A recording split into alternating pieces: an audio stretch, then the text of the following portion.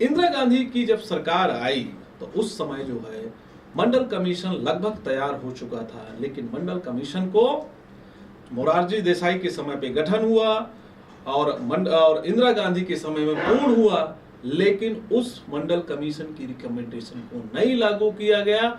और उसके बाद सदियों में कोई ऐसा व्यक्ति आता है जो अपने पदछाप पद चिन्हों को जो है अपना जो है छाप छोड़ के चला जाता है, और वैसे ही शख्स इस देश में आते हैं बीपी सिंह, जो हमारे देश के प्रधानमंत्री बने, उसके पहले उत्तर प्रदेश के मुख्यमंत्री भी रहे हैं। 1 साल से भी कम कार्यकाल रहा और उनके जो है उनके समय पे मंडल कमीशन लागू हुआ। तो इस शख्स का इस देश में बहुत बड़ा योगदान है। अगर ये व्यक्ति नहीं होता तो इस देश में जो है मंडल कमीशन लागू, और मंडल कमीशन के जो सूत्रधार रहे हैं उनकी चर्चा भी जरूरी है। मंडल कमीशन को जो है लागू किया बीपी मंडल ने, लेकिन मंडल कमीशन को उस आयाम तक पहुंचाने पर एक शख्स का और बड़ा योगदान है, वो है हमारे शरद यादव जी। अगर ये उस समय जो है वो संयुक्त मोर्चा की सरकार पे अगर ये नहीं होते तो शायद मंडल कमीशन लागू नहीं होता। तो इन दोनों शख्सियतों का बहुत बड़ा प्रभाव रहा। मंडल कमीशन लागू हुआ, मंडल कमीशन की 20 से ज्यादा सिफारिशें हैं, उसमें से मोटा मोटी 2 से 3 सिफारिशें लागू हुई, और उसके बाद उत्तर प्रदेश सहित केंद्र में भी जो है लगातार परिवर्तन हुआ। कई राज्यों में मुख्यमंत्री ओबीसी समाज के बने, और जो नौकरी प्रशासन है, यूनिवर्सिटीज हैं, एकेडमिक्स हैं, उस पे से पिछड़ा वर्ग का आरक्षण शुरू हुआ, और उससे जो सामाजिक विन्यास है उस पे से लगातार बदलाव आया। देश की आजादी के बाद 20वीं सदी को भी आपने देखा, जो उभार है, जो मैंने भूमिका में अपनी बात रखी, और 21वीं सदी में जो राजनीति चल रही है वो भी, उसके भी आप आई विटनेस है। तो मंडल कमीशन तो लागू हुआ 7 अगस्त 1990 को, लेकिन इसके पीछे की क्या ऐतिहासिकता रही, कौन कौन से वो लोग संघर्ष किए, कौन कौन से मूवमेंट रहे, वो भी हमारे दर्शकों को समझना जरूरी है। तो मेरा निवेदन रहेगा कि आप इस पे कुछ प्रकाश डालें। आपने जो चर्चा किया जो है उस पे से एक ऐतिहासिक जो है एक लीनियर आपने खींच दिया। त्रिवेणी संघ को लेके अभी कुछ दिन पहले त्रिवेणी संघ के स्थापना दिवस बिहार में हुआ। उस पे ये भी सवाल आया कि जो त्रिवेणी संघ की स्थापना रही है, उसके नेतृत्व रहे, उसमें से अति पिछड़ा के लीडरशिप का बड़ा योगदान रहा है। और ये तो 3 नाम आए ही हैं, चूंकि इस पे से लिखा पढ़ा गया है तो उस पे से ये बात निकल के आई कि वो समग्रता में लिया गया था। उस पे से तब तो कोई डिवीजन नहीं था पिछड़ा और अति पिछड़ा का, तो उस पे से और भी बहुत सारे नायक थे। तो वो चीजें शायद जो है मुझे लगता है मुख्य धारा से क्या छूट गई हैं? नहीं, ऐसा है जी। देखिए, ये 3 जातियां जिनका हमने उल्लेख किया समाज में आ गई। हाँ। और आज बड़ी जातीय महासभाएं हैं। हाँ। मैं प्रायः जातीय महासभाओं में जाना कम पसंद करता हूँ, लेकिन इसके बावजूद कहीं कहीं जाना पड़ता है। जी। तो मैं ये कई बात कहता हूँ। अभी गोंडा में एक बड़ा कार्यक्रम इन लोगों ने किया, करीब 1.5 साल पहले। जी। उसमें हमें चीफ गेस्ट बनाया। जी। और वो भी घोषित हमको 1 दिन पहले बताया। अच्छा अच्छा अच्छा। और कहा नहीं, आना ही पड़ेगा। हाँ। मेरा कहना है कि आपके गांव में कुम्हार है, लुहार है, बढ़ई है, नाई है, बारी है, ये ऐसी जातियां हैं, ऐसी जातियां हैं जिनकी आबादी बहुत कम है। यदि उस गांव में चाहे कुर्मी हो, चाहे अहीर हो, चाहे मौर्य हो, जो थोड़ा सबल है, आर्थिक रूप से सक्षम है, उसकी संख्या भी थोड़ी ज्यादा हो सकती है। अगर वो जाति के आधार पर संगठित हो रहा है तो उसके संगठित होने का वास्तविक अर्थ तब है जब उसके संगठित होने से वो एक घर जो कुम्हार रह रहा है, एक घर जो नाई रह रहा है, एक घर बढ़ई और लुहार रह रहा है, उसका उत्पीड़न न होने पावे। अगर कोई उत्पीड़न करता है तो उस उत्पीड़न से मुक्ति हो। ठीक है, यही भावना त्रिवेणी संघ में थी। तो प्रकट में तो ये 3 दिखाई दे रही थी जातियां, जी जी जी। जो जिनके लीडरों का मैंने नाम लिया, लेकिन उसके पीछे चूंकि जो उत्पीड़न हो रहा था वो इनसे ज्यादा उत्पीड़न उन अति पिछड़ी जातियों का हो रहा था। जी जी जी। बेगारी उनसे ली जा रही थी। जी जी जी। तो उन स्थितियों में वह लोग भी उसके पीछे थे, उनकी ताकत थी, तब त्रिवेणी संघ मजबूत, तब त्रिवेणी संघ, बिल्कुल आपने इस चीज को कंप्लीट किया। आपने वो दौर देखा है जब मंडल कमीशन तैयार हो रहा था और मंडल कमीशन लागू हुआ, 10 महीने का कार्यकाल रहा बीपी सिंह का। उस दौर को मैं चाहता हूं कि दर्शकों के सामने आए कि किस किस प्रक्रिया से ये चीजें गुजरी हैं। मंडल कमीशन बन गया था, लागू जब बन गया लागू नहीं हुआ, बीपी सिंह के समय पे हुआ।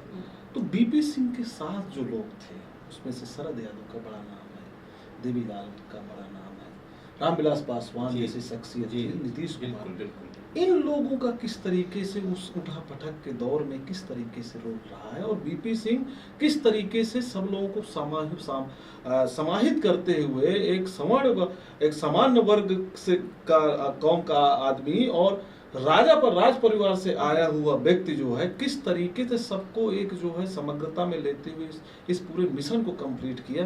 मैं चाहता हूँ उस पर कुछ प्रकाश पड़े। प्रश्न कौन किस परिवार में है ये महत्वपूर्ण उतना नहीं है जितना महत्वपूर्ण है कि उसकी न्याय की भावना कितनी है। जी जी। जैसे मैं नाम लूं छत्रपति साहू जी महाराज, जी, भले ही वो उस वर्ग से थे जिसे आज हम किसान कहते हैं, ओबीसी कहते हैं, लेकिन वो राजा थे। लेकिन राजा होते हुए उस व्यक्ति ने अपने को जो आम आदमी था उसके बराबर रख करके, मैंने शायद उस दिन 1-2 घटनाओं का जिक्र किया था, हमें ध्यान नहीं है, नहीं आपने जिक्र वो एक लंबा इतिहास है, लेकिन मैं उधर नहीं जाना चाहता। तो कहने का मतलब है कि न्याय की भावना क्या है, और वो न्याय की भावना आदरणीय बीपी सिंह में, विश्वनाथ प्रताप सिंह में थी। राज परिवार के होकर के भी उनके अंदर राजा वाला गुरूर नहीं था, बल्कि लोकतंत्र है तो लोकतंत्र में सबको न्याय मिलना चाहिए, सामाजिक परिवर्तन होना चाहिए, ये भावना थी। अब दिक्कत क्या थी, उस समय जो सरकार चल रही थी जी, उसमें मुखिया तो बीपी सिंह थे जी, लेकिन जहां न्याय की भावना रखने वाले लोग शरद यादव जी थे मंत्रिमंडल में, रामविलास पासवान जी थे, और नीतीश कुमार जी का भी बड़ा योगदान था जी, लालू यादव का भी योगदान, बिल्कुल बिल्कुल। तो इसके अलावा दूसरी तरफ वहीं आरएसएस के पेट से पैदा हुआ राजनीतिक संगठन, उस समय भारतीय जनता पार्टी भी सहयोग कर रहा था सरकार का, तो उसके सहयोग से चल रही थी। और वो इस चीज को कैसे बर्दाश्त कर सकता था कि वंचित लोगों को न्याय मिल जाए, इनको अधिकार मिल जाए। अगर इनको अधिकार मिल जाएगा तो फिर शासक किसके रहेंगे। उन स्थितियों में बड़ा ऊहापोह जैसी स्थिति चल रही थी, और यही कारण है कि जब उन्होंने घोषणा किया मंडल की, तो आप जानते हैं कि भारतीय जनता पार्टी के नेता लाल कृष्ण आडवाणी ने रथ यात्रा निकाली सोमनाथ से अयोध्या तक, और कहा कि हम मंडल को कमंडल में समाहित कर देंगे, खत्म कर देंगे इसको।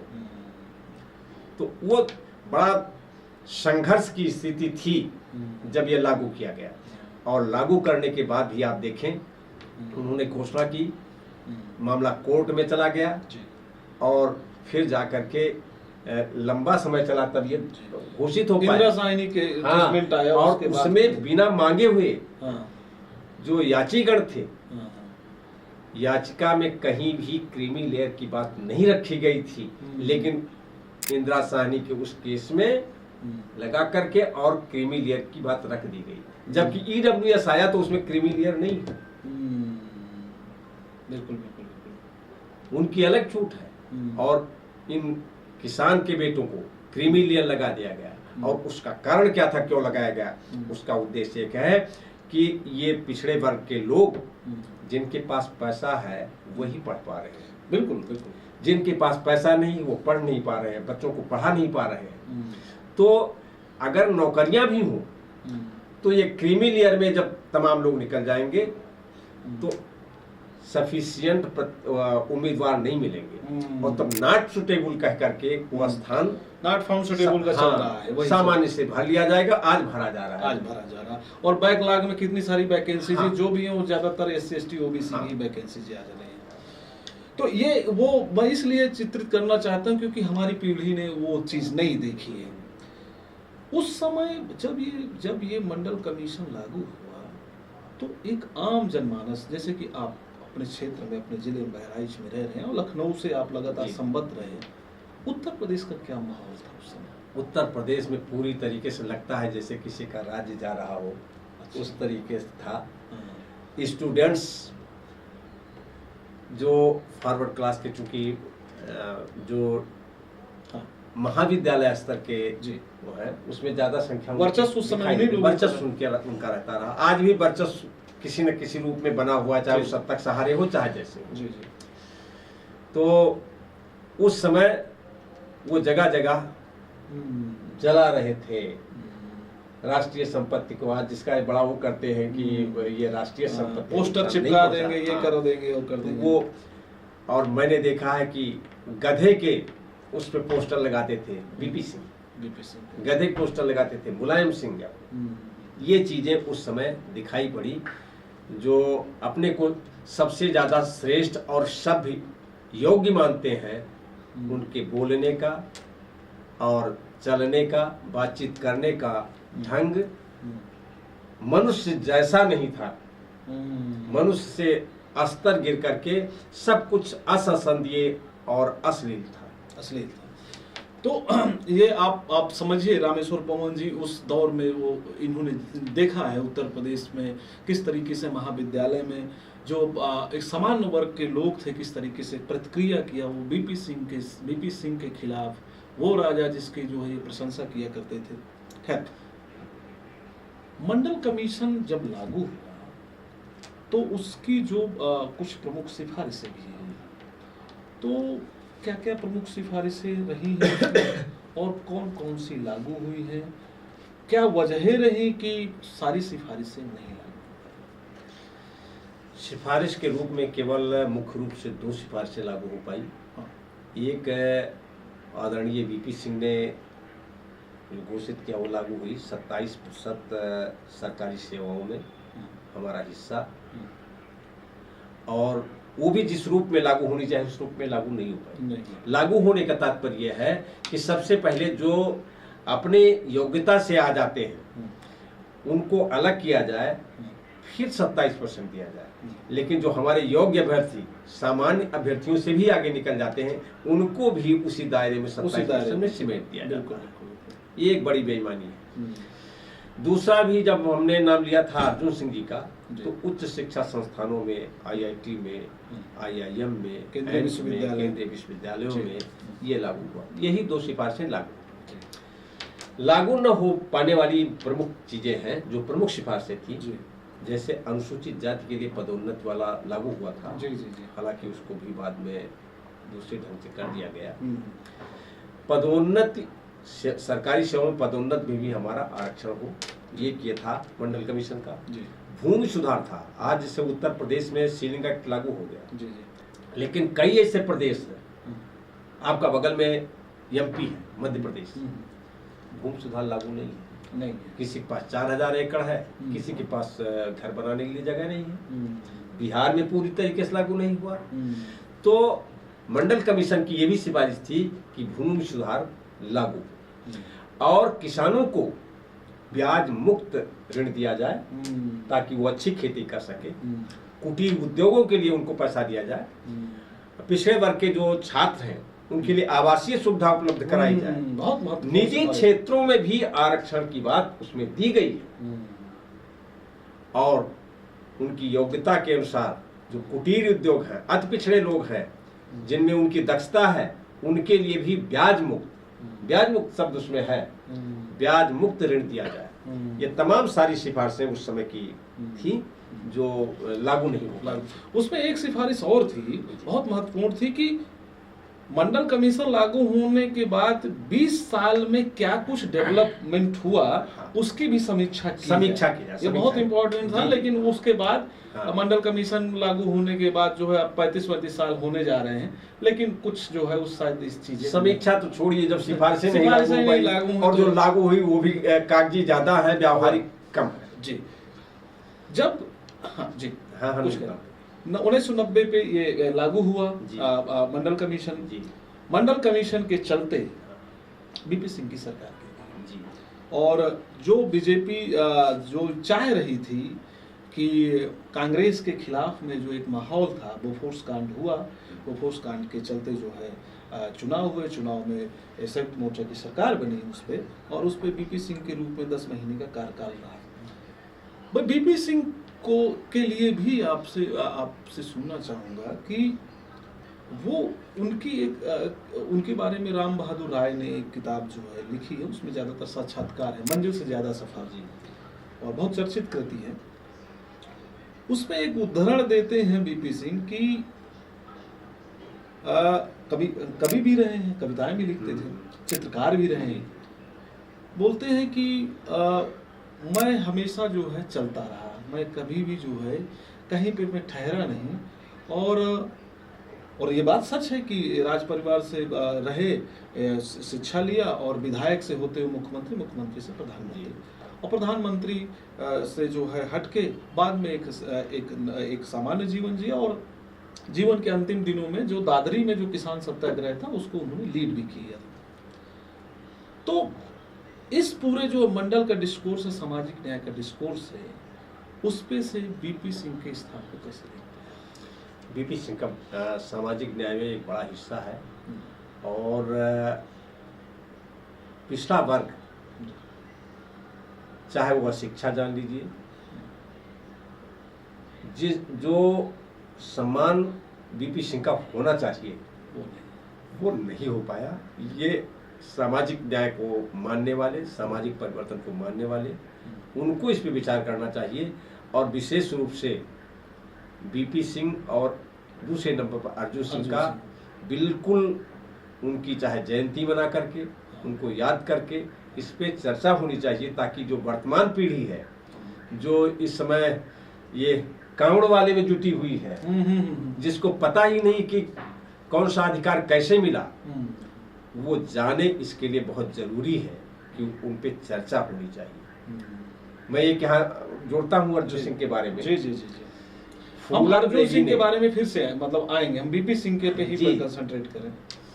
तो अर्जुन सिंह का हम वो कहिए जिक्र कर लीजिए।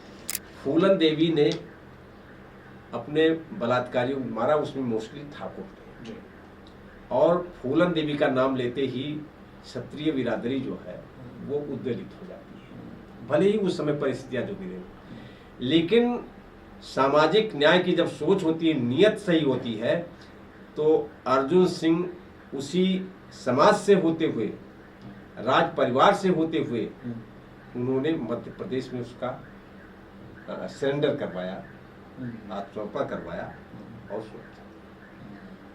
ये चीज मतलब अगर नियत आपकी सही है तो कोई जरूर नहीं कि जाति आपकी बात बन जाए। बिल्कुल, मैं इस पे एक ऑब्जर्वेशन चाहूंगा कि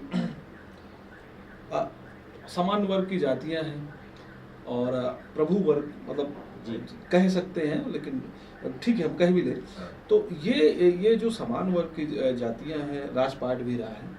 हम अगर एक रेखा खींचे महात्मा बुद्ध से लेके, महात्मा बुद्ध हुए, बीपी सिंह हुए, अर्जुन सिंह हुए, तो क्या क्षत्रिय कौम, एक बार मतलब बार बार मेरे जहन में आता है, क्या न्यायप्रिय होते हैं? क्योंकि मेरे सामने ये उदाहरण तीनों चीजें आ गई हैं जी। भाई जो समान वर्ग की जातियां हैं, ब्राह्मण कौम है, बनिया है, उस पर क्षत्रिय है, तो जो ये तीन व्यक्तित्व मेरे सामने आते हैं, ऐसे व्यक्तित्व जो है मैं ब्राह्मण वर्ग में नहीं देखता। नहीं है। देखिए, क्षत्रिय शब्द तो हम जब बुद्ध का नाम लेंगे तो हम थोड़ा दूसरे ढंग से देखें। बिल्कुल बिल्कुल बिल्कुल, आप उसे एक्सप्लेन करिए। वर्ण व्यवस्था जो वर्तमान में है, मैं मान के चलता हूं कि उस समय वर्ण व्यवस्था इस रूप में नहीं थी। वर्तमान वर्ण व्यवस्था, चूंकि ये ग्रंथ ऋग्वेद सबसे पुराना ग्रंथ इनका। ऋग्वेद के बाद दूसरे वेद आए, फिर उनके भाष्य आए जिनको ब्राह्मण ग्रंथ कहा जाता है, उपनिषद आए, स्मृतियाँ आई, पुराण आए, उसी के पहले पुराणों पहले रामायण और महाभारत आए, गीता आई। ये सब संस्कृत में है और इन सब की लिपि है देवनागरी लिपि। कहने के लिए तो तर्क में जब बात होगी तो कह देगा कि इसके पहले ब्राह्मी लिपि में भी हमारे थे, लेकिन एक भी ग्रंथ जो अपने को वर्णवादी लोग कहते हैं उनका एक भी धार्मिक ग्रंथ जो भी मिलेगा केवल संस्कृत में मिलेगा या आधुनिक उसमें हिंदी में मिलेगा जी। और उसकी लिपि देवनागरी है। देवनागरी लिपि की शुरुआत 8वीं शताब्दी में हुई है। इसका मतलब है कि ये सारे ग्रंथ 8वीं शताब्दी के बाद लिखे गए। इसके पहले अगर थे तो मौखिक थे तो बुद्ध के समय में भी, जब उस समय लिपि नहीं थी, बुद्ध के कथन का भी जब लेखन हुआ ब्राह्मी लिपि में, खरोष्ठी में, पाली और प्राकृत भाषा थी, तो उसमें भी शब्द आया है समण बमण। समण बमण मतलब ब्राह्मण समण श्रमण। तो वहां केवल विद्वता से अर्थ था, उसका अर्थ जाति और वर्ण से था ही। लेकिन उसको इन्होंने बदल करके और हमारा ऋग्वेद 4000 साल पुराना है ये कह करके समाज को गुमराह किया। हमारा समाज शिक्षित नहीं था, उनकी बात को मानता चला। आज जब शोध हो रहे हैं तो नई नई चीजें आ रही हैं। ठीक, तो ये चीजें मंडल कमीशन लागू होने के समय पे और वीपी सिंह के योगदान पे हम लोगों ने बात किया। 1990 के बाद उत्तर प्रदेश में चुनाव होता है और उस चुनाव पे तब तक जो है वो कमंडल रथ भी कंप्लीट हो चुका था और लालू कृष्ण आडवाणी सोमनाथ से चले और वहां पे बिहार में लालू प्रसाद यादव ने उन्हें रोक दिया, बंद कर दिया था। उत्तर प्रदेश में चुनाव हुए और ये लगा कि उत्तर प्रदेश में अब यहाँ पे भगवा लहरा जाएगा। राम जन्मभूमि का भी आंदोलन चल रहा था और ये जो है पूरा कमंडल का आंदोलन भी चल रहा था। लेकिन जब चुनाव हुए और चुनाव में जब रिजल्ट आए तो भाजपा को, हिंदुत्ववादी पार्टी को मुंह की खानी पड़ी और उस समय नारा बड़ा लोकप्रिय हुआ कि मिले मुलायम कांसी राम हो, मिले जय श्री राम। तो उत्तर प्रदेश की तासीर क्या रही है? क्या उस समय ये प्रभावित नहीं हो पाया या कुछ ऐसा समीकरण बना जिसके चलते जो है ये जितना भी हिंदुत्व की राजनीति थी, धर्म की राजनीति, वो हवा हो गई?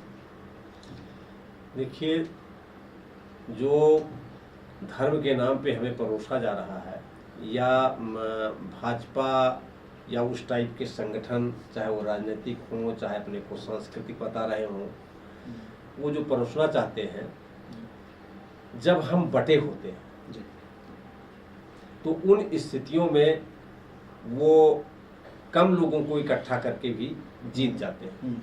और जब हम इकट्ठा होते हैं तो वो दौर जो 1993 का है, जिसमें नारा लगा था कि मिले मुलायम कांसी राम हवा में उड़ गए जैसी जान, वो एकत्र होने का था वंचित लोगों का।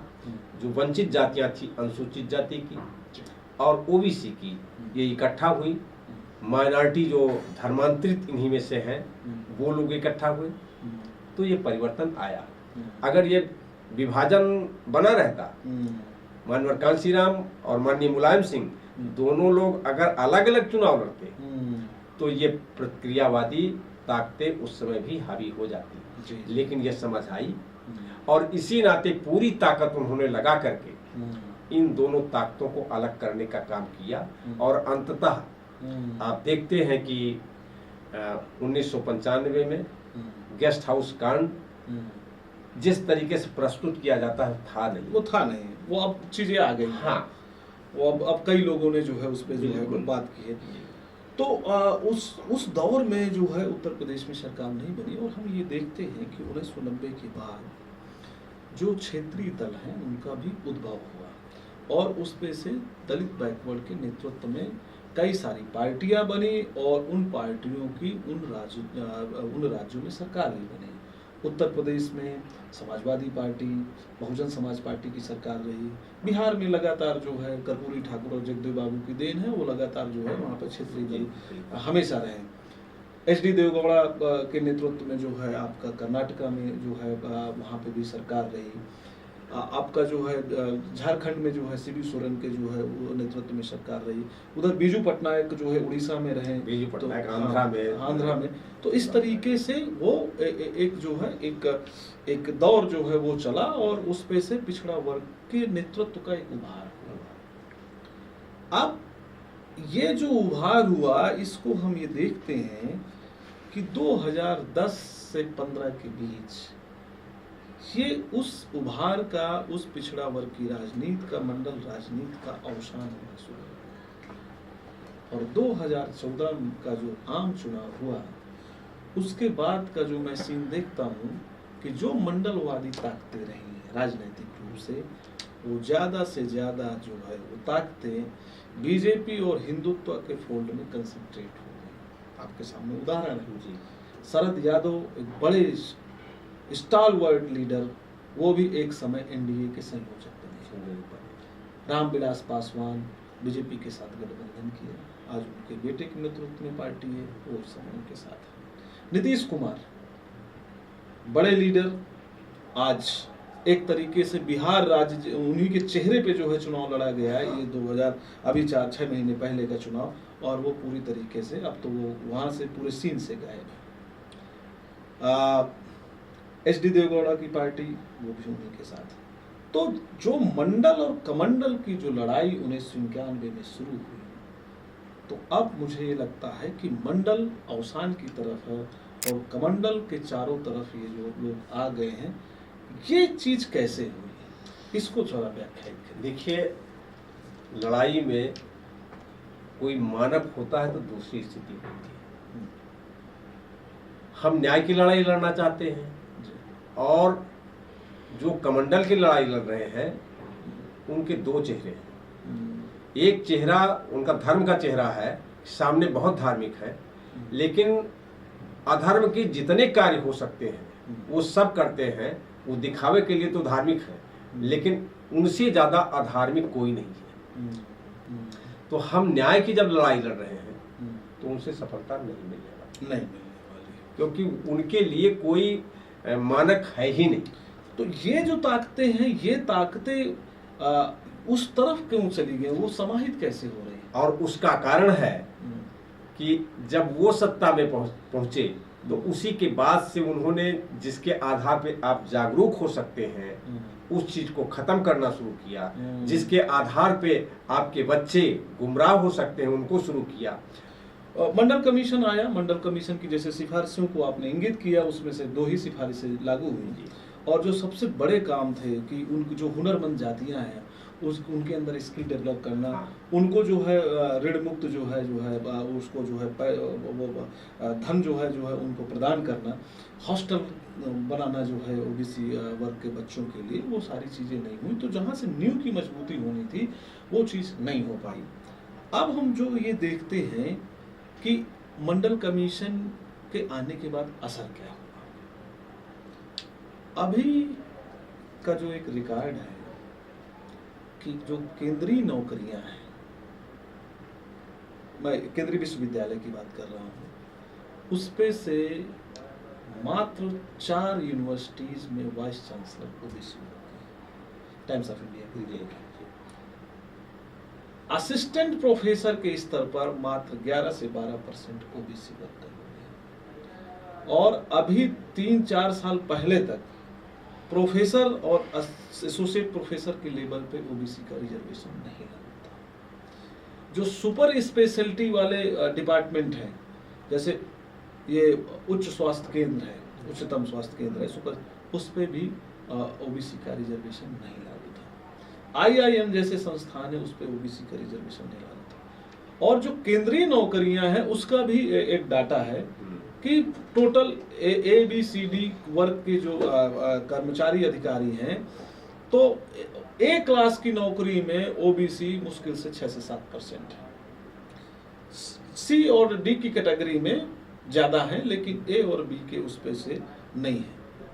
इस बीच केंद्र में 97-98 तक जो है संयुक्त गठबंधन की सरकारें रही, कांग्रेस की सरकार रही, बीजेपी की सरकार रही, फिर कांग्रेस की सरकार, इस समय बीजेपी की सरकार है। इस पूरे फलसफे पे अगर मंडल कमीशन के दृष्टिकोण से देखें तो इन पार्टियों का क्या रोल रहा?